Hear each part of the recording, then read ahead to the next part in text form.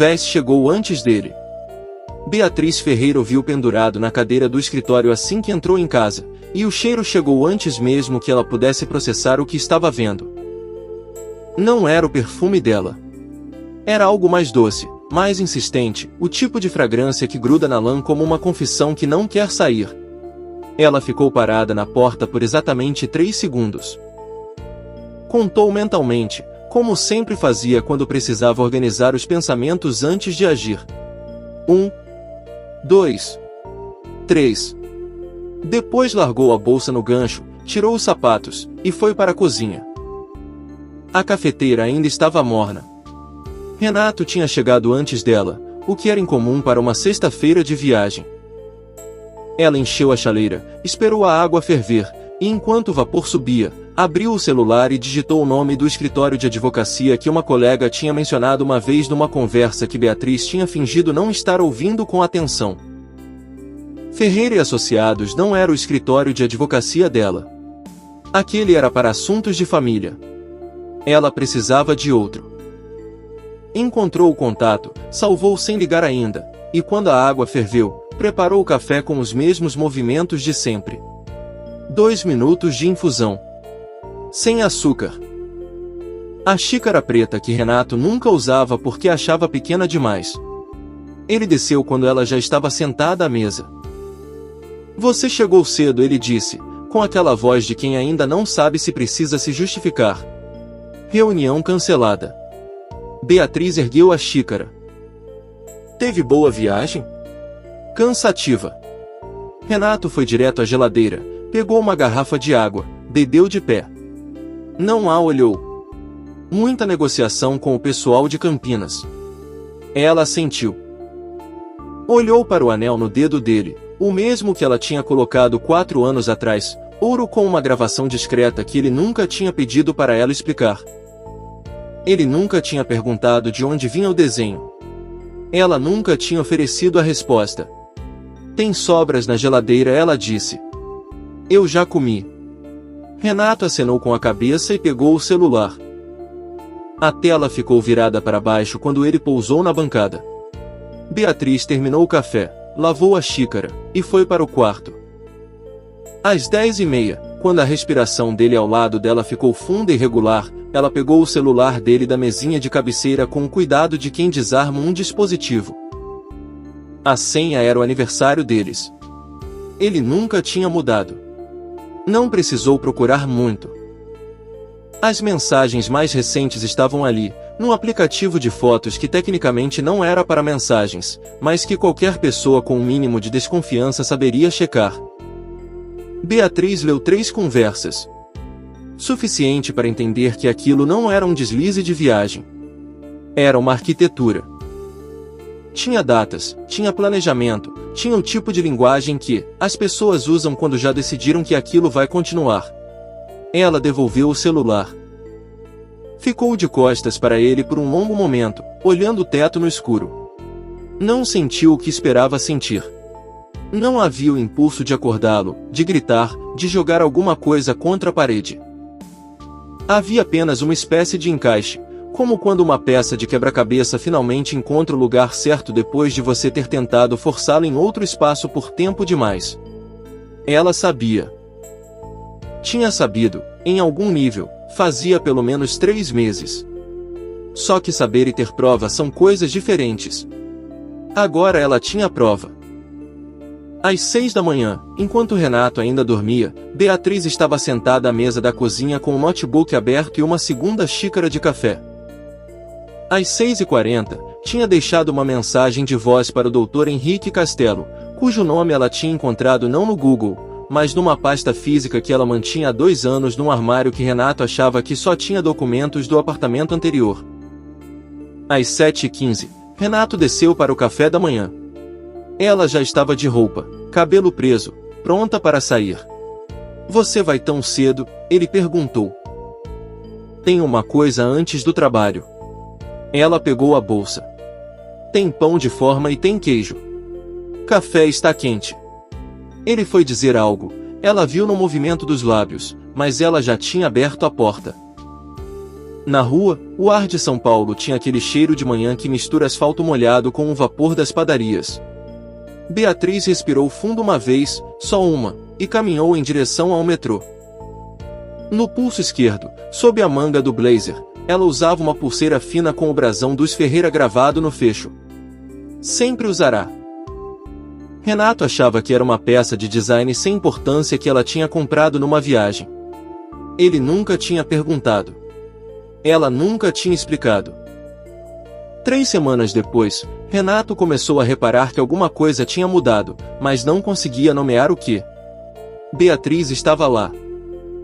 Jantava com ele quando os horários coincidiam, respondia as mensagens dentro de um tempo razoável, não estava mais fria do que o habitual, e era exatamente isso que o perturbava, porque ele não sabia dizer se ela tinha ficado diferente ou se ele é que tinha começado a olhar de verdade pela primeira vez em muito tempo. Na segunda semana, ele cortou o contato com Isabela. Mandou uma mensagem curta, o tipo que qualquer pessoa poderia interpretar como um encerramento definitivo, e ficou 3 dias esperando que aquela decisão fizesse alguma coisa dentro dele assentar. Não fez. Isabela respondeu no 4º dia com uma ligação que ele não atendeu, e no 5º dia com uma mensagem que ele leu e imediatamente deletou. No 6º dia, ela apareceu no escritório dele. Não na recepção, no andar de cima, onde ficava a sala de reuniões que só os sócios usavam, porque Isabela conhecia o código do elevador privativo e ele, em algum momento que agora parecia uma idiotice monumental, tinha achado que seria conveniente ela saber. Você não pode simplesmente sumir, ela disse, com aquela voz baixa que antes soava íntima e agora soava como uma ferramenta. Não é uma discussão que vou ter aqui. Renato ficou de pé, o que era um erro de linguagem corporal que ele percebeu tarde demais, porque ficar de pé sinalizava que ele estava na defensiva, não no controle. Então onde? Isabela cruzou os braços. Tinha um jeito dela de ocupar espaço que ele antes achava magnético. Você sabe o que acontece com o contrato da Vasconcelos se você me cortar agora? Ele ficou olhando para ela. O contrato da Vasconcelos não passa por você. Não diretamente. Ela sorriu de um jeito que não era um sorriso. Mas o filho do Armando Vasconcelos joga tênis com o meu irmão toda quinta-feira. São Paulo é menor do que parece, Renato. Ele não respondeu. Ela ficou mais 30 segundos, depois saiu sem bater a porta, o que era pior do que se tivesse batido, porque deixava o ar do cômodo parado, como se ela ainda estivesse lá. Naquela noite, Renato chegou em casa e Beatriz estava na varanda com um livro e um copo de vinho tinto. Ela levantou os olhos quando ele abriu a porta de vidro, esperou. Dia longo, ele disse. Parece. Ela baixou os olhos para a página. Tem frango na geladeira, já temperado. Ele ficou parado por um momento, querendo dizer alguma coisa que não sabia o que era, depois entrou. O envelope chegou na semana seguinte. Não era um envelope comum, era uma correspondência registrada entregue diretamente no escritório dele, endereçada ao seu nome completo com todos os títulos, o que ninguém fazia a não ser em contexto formal. O remetente era um escritório de advocacia de um bairro dos Jardins que ele não reconhecia. Dentro, 3 páginas. Linguagem técnica e precisa, sem margem para ambiguidade. Beatriz Helena Ferreira requeria a dissolução consensual do matrimônio, com divisão de bens conforme regime de separação total previamente acordado em contrato pré-nupcial assinado em cartório antes do casamento. Renato leu as 3 páginas 2 vezes. Depois ligou para o celular dela. Ela não atendeu. Mandou mensagem. Ela leu, os 2 cheques azuis apareceram, e não respondeu. Ele foi até a recepção, pediu para a secretária cancelar as reuniões da tarde, e ficou sentado na cadeira giratória do escritório por 40 minutos, olhando para o contrato pré-nupcial que ele tinha assinado 4 anos atrás sem ler com atenção porque o pai de Beatriz era apenas um senhor de cabelos brancos que ela visitava uma vez por mês e que Renato achava que era funcionário público aposentado. Ele nunca tinha perguntado o sobrenome completo do sogro. O sobrenome era Ferreira. O mesmo Ferreira do logotipo na lateral do prédio da Avenida Paulista que ele passava todo dia sem nunca ter conectado os pontos. Renato Cavalcante não era um homem que perdia tempo em negação. Era uma das qualidades que os sócios dele admiravam. Ele processava informações ruins com rapidez, reajustava a estratégia e seguia em frente. Tinha feito isso quando o primeiro escritório faliu, quando um cliente grande o processou sem razão, quando o pai morreu no meio de uma semana de negociações críticas e ele tinha ficado no velório exatamente o tempo que a decência exigia antes de voltar para a mesa. Mas Beatriz era um tipo diferente de informação ruim, porque ela não vinha com dados suficientes para reajuste. Ele não sabia o que não sabia, e essa lacuna o deixava sem chão. Contratou um advogado. O melhor que encontrou em 48 horas, um homem chamado Dr. Fábio Arraes que tinha cabelos brancos e o jeito seco de quem já viu todas as variações possíveis de casamentos desmoronando. Arraes leu o contrato pré-nupcial, leu o pedido de divórcio, e ficou em silêncio por um tempo que Renato achou longo demais. O regime de separação total foi assinado antes do casamento. Arraes disse por fim: "Isso significa que o senhor não tem direito automático sobre nenhum bem que estava em nome dela antes ou durante a união. Eu sei o que separação total significa. Então o senhor sabe que se ela está pedindo divórcio por esse instrumento, ela não deve nada a você além do que está descrito aqui." Arraes fechou a pasta. "O que eu preciso entender, antes de qualquer estratégia, é o seguinte: o senhor quer recuperar o casamento ou quer negociar os termos da saída?" Renato abriu a boca. Fechou. "Quero falar com ela. Isso não é uma opção jurídica, é uma opção pessoal." "Eu sei. Quero as duas coisas." Arraes assentiu como se aquilo fosse a resposta mais comum que ele ouvia, o que provavelmente era. A tentativa de contato foi um desastre silencioso. Beatriz não respondia ligações.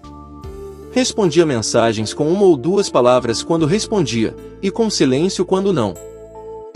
Ele foi até o apartamento, ainda o apartamento dos dois. Ela não tinha saído, o que ele interpretou como um sinal antes que Arraes explicasse pacientemente que ela não tinha nenhuma obrigação de sair enquanto o processo não estava concluído.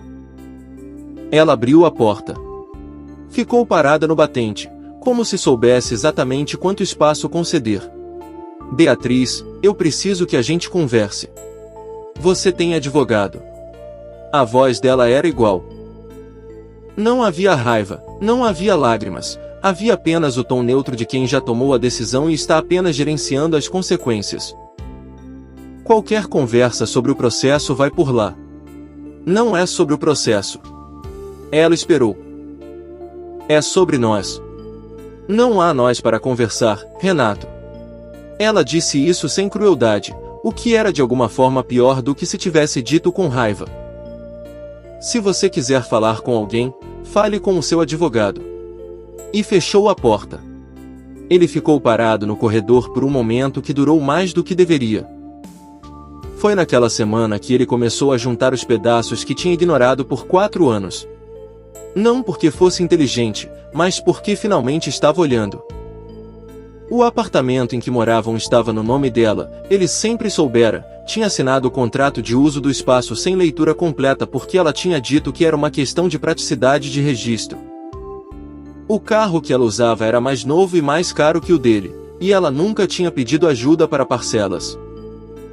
O escritório de advocacia dela, aquele que ficava nos jardins, ocupava o 7º e 8º andar de um prédio cujo nome estava gravado no granito da fachada. Ferreira. Ele tinha passado por aquele prédio 200 vezes. A ficha caiu às 11 da noite, num escritório vazio, quando ele digitou o nome completo dela no buscador de registro de empresas da junta comercial e a tela devolveu 43 resultados. Beatriz Helena Ferreira. Sócia. Administradora. Representante legal. E então, no meio da lista, uma entrada diferente, Grupo Ferreira Holdings. Participação societária, 46,8%. Classificação, acionista controladora. Renato ficou olhando para a tela por um tempo que não conseguiu medir. No dia seguinte, o jornal Valor Econômico publicou uma nota de meia página.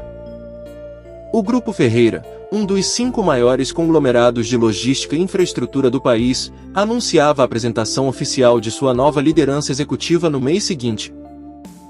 A cerimônia seria fechada, mas as fontes ouvidas pelo jornal indicavam que, pela primeira vez em 3 gerações, uma mulher assumiria a presidência do conselho. O nome não estava na nota. Mas Renato já sabia qual era. O que ele não sabia ainda, o que só viria a saber quando Arraes ligou na manhã seguinte com uma voz que soava como cuidado disfarçado de neutralidade, era que Isabela Vasconcelos, aquela mulher que jogava tênis por procuração e aparecia em elevadores privativos, não tinha chegado até ele por acaso. Seu advogado da outra parte entrou com uma solicitação complementar. Arraes disse: eles têm documentação indicando que a Isabela Vasconcelos tem vínculo contratual com o Grupo Vasconcelos na área de inteligência competitiva. Uma pausa. O Grupo Vasconcelos está em disputa com o Grupo Ferreira por uma concessão federal de logística desde 2020. O silêncio que se seguiu foi tão completo que Renato ouviu o ar-condicionado do escritório de Arraes. Ela foi plantada, Renato disse. Essa é uma interpretação possível. Ela foi plantada para destruir o casamento. Essa é uma interpretação possível, Arraes repetiu, com o mesmo tom de quem não vai confirmar o que ainda é suposição, mesmo que suposição e realidade já estejam se olhando nos olhos. Renato desligou. Ficou sentado. Depois, pela primeira vez em muito tempo, não soube o que fazer a seguir. O erro de Renato foi deixar Arraes convencê-lo a entrar com o pedido de levantamento de bens. Era uma manobra técnica, Arraes explicou, destinada a garantir que o inventário fosse feito de forma transparente antes que qualquer ativo fosse movimentado durante o processo. Nada agressivo. Procedimento padrão em divórcios onde havia patrimônio significativo de um lado só da equação. Renato tinha assinado sem entender completamente o que estava autorizando, o que era uma ironia, considerando que ele passava os dias lendo contratos alheios. A audiência foi marcada para uma terça-feira de manhã numa comarca dos Jardins. Sala pequena, madeira escura, o tipo de ambiente que foi projetado para fazer as pessoas sentirem o peso do que estão fazendo. Renato chegou com Arraes, sentou do lado direito da mesa. Esperou. Beatriz entrou com 2 advogados que Renato não reconheceu, mas Arraes sim, porque ele se endireitou ligeiramente na cadeira de um jeito que Renato associou depois a algo entre respeito e alerta. Ela estava de blazer cinza escuro, cabelo solto pela primeira vez em semanas, e não olhou para ele quando entrou. Sentou. Abriu a pasta que um dos advogados colocou à sua frente. Começou a ler como se estivesse sozinha na sala. O juiz chegou. As formalidades começaram. E então o advogado de Beatriz apresentou a documentação complementar em resposta ao pedido de levantamento de bens. Renato não entendeu imediatamente. As páginas eram densas, linguagem técnica, tabelas com números que precisavam de contexto para fazer sentido. Mas Arraes entendeu, porque parou de escrever no bloco de notas à sua direita e ficou parado com a caneta no ar por um segundo longo demais. O que estava nas páginas era o seguinte: Beatriz Helena Ferreira, por ser acionista controladora do Grupo Ferreira Holdings, detinha, entre outros ativos, a empresa de consultoria jurídica que ocupava os andares 7 e 8 do edifício Ferreira nos Jardins, o mesmo prédio onde o escritório de Renato alugava o andar 3 há 2 anos, a um valor de locação que Arraes calcularia mais tarde que estava 40% abaixo do mercado. O terreno onde o escritório de Renato estava construído pertencia a uma subsidiária do Grupo Ferreira.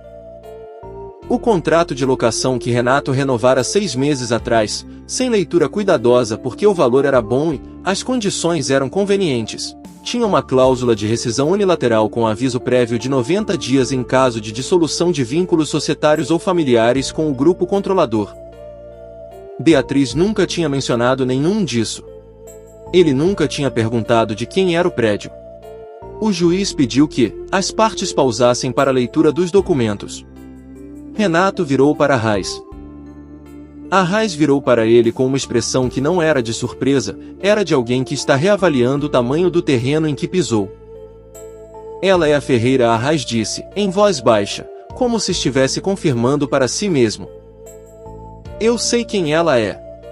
Com todo respeito, Dr. Cavalcante, pelo tamanho dessa documentação, eu não tenho certeza de que o senhor sabia. Renato não respondeu porque não havia resposta honesta para aquilo. Foi quando Beatriz falou pela primeira vez desde que tinha entrado na sala. Não era para ele. Era para o juiz, respondendo a uma pergunta de procedimento, com a voz calma e direta de quem está acostumado a ambientes onde cada palavra conta. Mas Renato a ouviu de um jeito diferente do que tinha ouvido em 4 anos de casamento, porque pela primeira vez ela não estava sendo a mulher que chegava tarde do trabalho e preparava café pela manhã. Ela era outra coisa, mais velha de alguma forma, mais inteira, uma pessoa que existia completamente fora do espaço que ele tinha imaginado para ela. E então o advogado dela apresentou o segundo bloco de documentação. O vínculo de Isabela Vasconcelos com o Grupo Vasconcelos estava detalhado em 23 páginas. Contrato de prestação de serviços de inteligência competitiva, assinado 8 meses antes de Isabela aparecer na vida de Renato numa conferência de negócios na qual ela teoricamente estava por acaso. E-mails internos do Grupo Vasconcelos, obtidos por meios que o advogado de Beatriz descreveu como legais sem elaborar, descreviam Renato como o ponto de acesso escolhido para criar instabilidade no casamento Ferreira antes da transição de liderança do grupo. O objetivo nunca foi Renato. O objetivo era Beatriz. Isabela foi plantada não para seduzi-lo, mas para ocupar espaço suficiente na vida dele até que o casamento implodisse. Um CEO instável, envolvido em escândalo conjugal meses antes de a esposa assumir uma das maiores empresas do país, criaria o tipo de ruído que podia atrasar aprovações regulatórias, manchar reputação em conselhos, ou simplesmente distrair o suficiente para que a concorrente ganhasse terreno na disputa pela concessão federal. Era simples. Era cirúrgico. E tinha funcionado, até o momento em que não funcionou mais. Renato olhou para Beatriz. Ela ainda não tinha olhado para ele. Quando a audiência encerrou a sessão para deliberação, ele foi até ela no corredor. Os advogados dela se afastaram com a elegância de quem foi treinado para dar espaço nos momentos certos. Você sabia, ele disse. Não era uma acusação. Era uma constatação. Ela virou para ele. Os olhos dela eram os mesmos, castanhos, diretos, aqueles que ele tinha olhado através da mesa de jantar por 4 anos sem ver de fato. Soube antes de você, ela disse. Que ela era da Vasconcelos. E não me disse. Não. Ela não pediu desculpa pelo silêncio. Precisava de documentação antes de acusar alguém de algo desse tamanho. E o resto? Ele pausou. A empresa. O grupo. O prédio. Beatriz olhou para ele por um momento que durou mais do que uma resposta simples precisaria. Você nunca perguntou meu sobrenome completo, Renato. Você viu na certidão de casamento e não perguntou nada. Não havia raiva nisso. Era apenas um fato, entregue com a precisão de quem passou tempo demais sendo invisível e finalmente não precisa mais fingir que não foi. Ela recolheu a pasta e voltou para a sala onde os advogados esperavam. Renato ficou no corredor. Lá fora, São Paulo seguia como sempre, barulhenta e indiferente, completamente inconsciente de que um homem acabava de entender, tarde demais, o tamanho do que tinha deixado escapar pelas mãos. A ligação de Isabela Vasconcelos chegou na manhã seguinte à audiência. Beatriz estava no escritório do 8º andar, com 3 dossiês abertos e o café esfriando ao lado do notebook, quando a secretária avisou que havia uma visitante sem agendamento no térreo. Nome: Isabela Vasconcelos. Tom declarado: assunto urgente e pessoal. Beatriz fechou o dossiê do centro, abriu a gaveta, tirou um pendrive que estava lá desde a semana anterior e colocou no bolso do blazer. Manda subir, ela disse. Isabela entrou com a postura de quem calculou cada detalhe da entrada, roupa cara sem ser chamativa, cabelo impecável, o tipo de segurança que vem de ter sempre acreditado que a sala pertencia a ela antes mesmo de sentar. Ela parou quando viu que havia outras 2 pessoas na sala, Dora, a assessora jurídica de Beatriz, e um homem de terno escuro que Isabela não reconheceu, mas que tinha o jeito comprimido de quem carrega documentos importantes. Eu pensei que fosse uma conversa entre nós, Isabela disse. Não há conversa pessoal entre nós, Beatriz respondeu, sem levantar da cadeira. Sente-se, se quiser. O que você tem a dizer pode ser dito com testemunhas. Isabela ficou de pé. Era uma escolha também. Eu tenho material suficiente para criar um problema sério para você antes da sua apresentação ao conselho, ela disse, a voz baixa e controlada como numa reunião de negócios. Documentos que mostram irregularidades nos contratos do Grupo Ferreira nos últimos 5 anos. Posso entregar à imprensa até sexta-feira. Podem ser documentos reais ou fabricados, Beatriz disse. Isso vai demorar tempo para ser apurado. O sorriso de Isabela era de quem já jogou esse jogo antes. E tempo é exatamente o que você não tem antes da transição. Beatriz abriu o notebook. Girou a tela para Isabela ver. Era uma gravação. Não era de alta qualidade, câmera de segurança de um restaurante, mas era suficiente para mostrar Isabela sentada com um homem que qualquer pessoa do setor teria reconhecido como Gustavo Vasconcelos, diretor de operações do grupo concorrente, 3 dias antes de uma reunião do Grupo Ferreira com o ministério responsável pela concessão federal. Isso foi filmado 4 meses atrás, Beatriz disse. 2 semanas depois, a proposta do Grupo Ferreira vazou para a imprensa com dados distorcidos. O vazamento saiu de um endereço de IP que rastreamos até um servidor compartilhado com o domínio da Vasconcelos. Isabela olhou para a tela. A postura não mudou, mas algo nos olhos dela mudou, e Beatriz conhecia aquela mudança. Era o momento em que uma pessoa calculava e descobria que os números não fechavam a seu favor. Isso não é suficiente, Isabela disse. Sozinho, não. Beatriz tirou o pendrive do bolso e o colocou sobre a mesa. Com o que está aqui, é.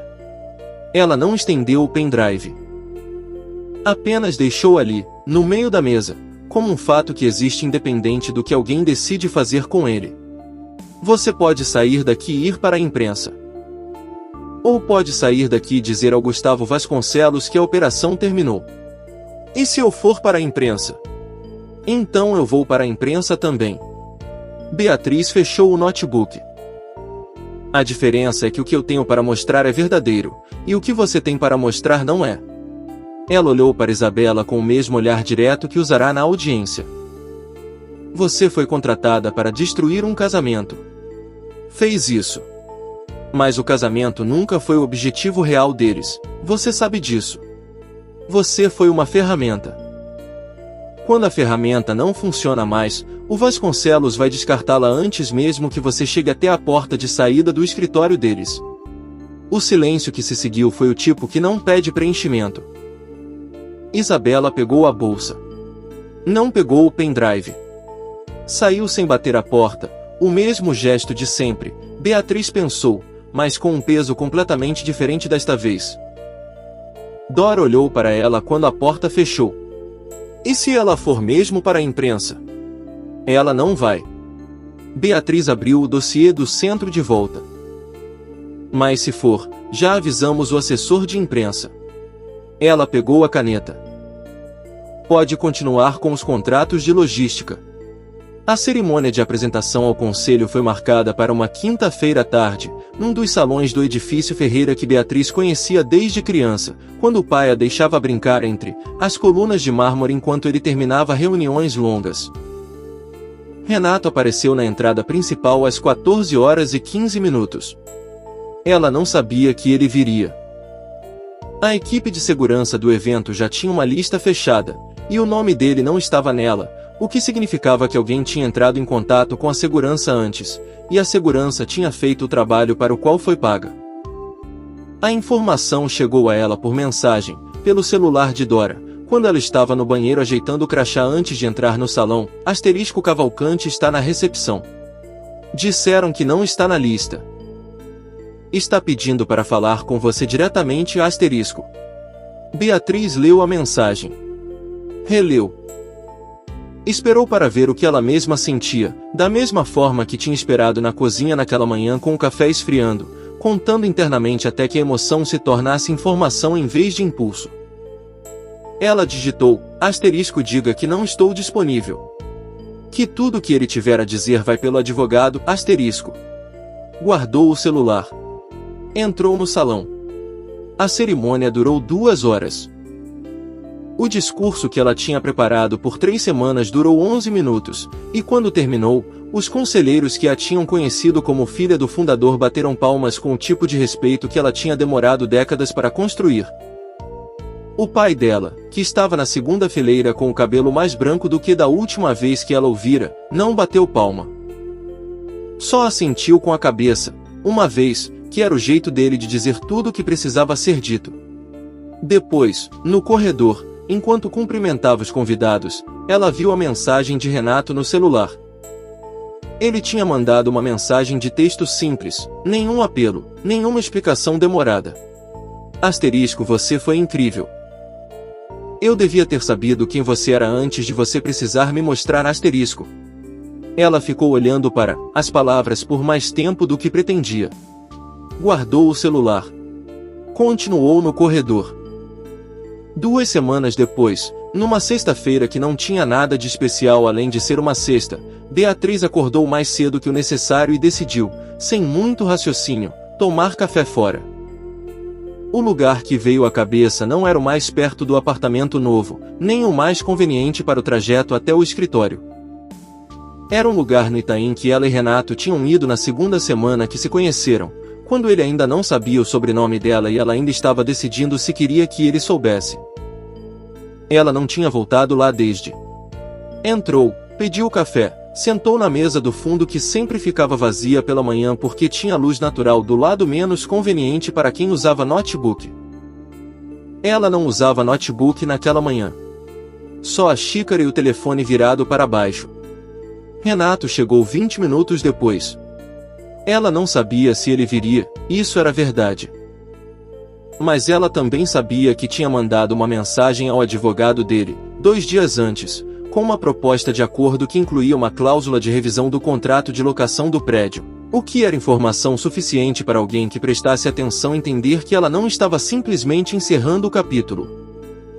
Ele estava prestando atenção. Ela tinha achado que estaria. Renato ficou parado na entrada do café por um segundo quando a viu, depois caminhou até a mesa sem apressar o passo, o que era diferente do jeito dele habitual de entrar em qualquer lugar como se já soubesse o que ia acontecer. Ele puxou a cadeira. Sentou. O garçom apareceu. Renato olhou para ela antes de abrir a boca, esperando, como se precisasse da permissão do que ela ia pedir antes de fazer o próprio pedido. Café coado, sem açúcar, ela disse para o garçom. Renato olhou para o garçom. A mesma coisa. O garçom foi. Eles ficaram em silêncio por um momento que podia ter sido constrangedor e não foi, de um jeito estranho, porque havia algo diferente naquele silêncio em comparação com os silêncios dos últimos meses. Aqueles tinham a textura da distância. Este tinha a textura de 2 pessoas que ainda não começaram a falar, mas que já decidiram que vão. Eu li sobre a cerimônia, Renato disse. No jornal, 2 dias depois. Uma pausa curta. Tinha uma foto. Você estava com o blazer cinza. Era cinza escuro. Era. Ele assentiu. Havia algo levemente diferente nele também, não quebrado, porque Renato Cavalcante nunca seria o tipo de pessoa que usaria essa palavra para si mesmo, mas como alguém que passou por um processo longo de rever as próprias certezas e ainda não chegou a uma conclusão limpa. Eu devia ter perguntado. Sobre o sobrenome. Sobre o brasão na pulseira. Sobre o prédio. Sobre qualquer uma das coisas que você estava carregando que eu decidi que não precisava entender por que estavam quietas. Beatriz olhou para ele. Não havia pressa naquela conversa. Era o tipo raro de conversa que acontece quando as pessoas já passaram pela parte pior e estão, pela primeira vez, falando sem a adrenalina do conflito como combustível. Você não me fez perguntas, ela disse. Mas eu também não te ofereci respostas. Por quê?